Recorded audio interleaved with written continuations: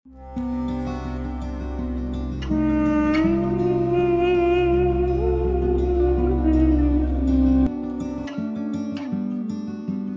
যখন ছোট ছিলাম খেলতে যেতাম মেঘের দলে।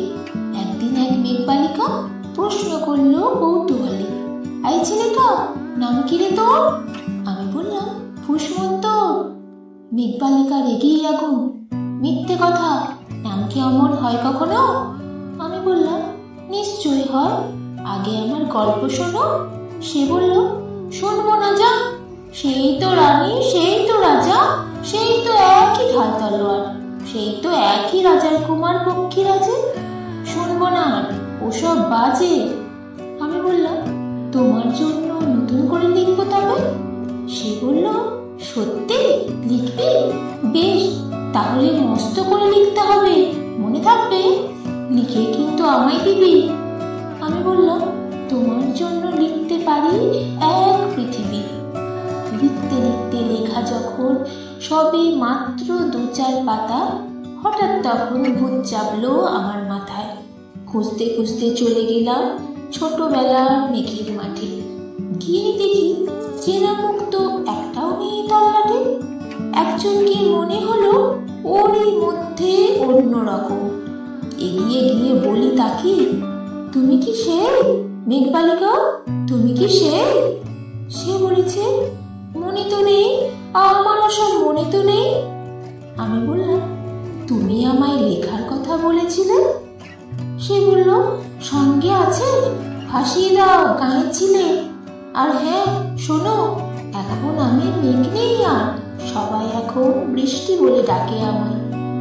বলেই হঠাৎ এক পশলায় চুল থেকে নখ আমায় পুরো ভিজিয়ে দিয়ে অন্য অন্য বৃষ্টি বাদল সঙ্গে নিয়ে মিলিয়ে গেল খরস্রোতায়, মিলিয়ে গেল দূরে কোথায়, দূরে দূরে।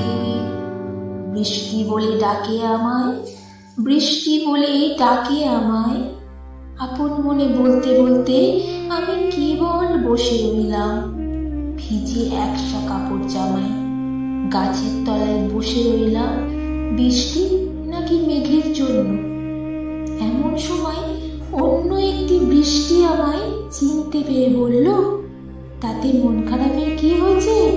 যাও, ফিরে যাও, লেখো আবার, এখন পুরো বর্ষা চলছে, তাই আমরা এখন সবাই নানান দেশে ভীষণ ব্যস্ত। তুমিও যাও, মন দাওগে তোমার কাছে, বর্ষা থেকে ফিরে আমরা নিজেই যাব তোমার কাছে। এক পৃথিবী লিখব আমি, এক পৃথিবী লিখব বলে ঘর ছেড়ে সেই বেরিয়ে গেলাম। ঘর ছেড়ে সেই ঘর বাঁধলাম কখন বলে, সঙ্গে শুধু কাগজ কলম। একাই থাকবো, একাই দুটো ফুটিয়ে খাবো, 2-1 মুঠো ধুলোবালি যখন যারা আসবে মনে তাদের লিখব, লিখেই যাব। এক পৃথিবী 100 রকম স্বপ্ন দেখার মধ্যে থাকবে যে রূপকথার, সেই রূপকথা আমার একা। ঘাড় গুজে দিন লিখতে লিখতে, ঘাড় গুজে রাত লিখতে লিখতে, মুছেছে দিন, মুছেছে রাত। যখন আমার লিখবার হাত অসাড় হলো, মনে পড়ল সাল কি তারিখ, বছর কি মাস, সেসব হিসেব আর ধরিনি। লেখার দিকে তাকিয়ে দেখি এক পৃথিবী লিখব বলে একটা খাতাও শেষ করিনি। সঙ্গে সঙ্গে ঝমঝমিয়ে বৃষ্টি এলো খাতার ওপর, আজীবনে লেখার ওপর। বৃষ্টি এলো এই অরণ্যে। বাইরে তখন গাছের নিচে নাচছে ময়ূর আনন্দিত।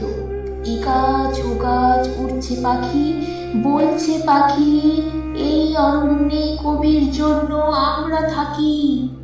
বলছে ওরা কবির জন্য আমরা কোথাও হার মানিনি।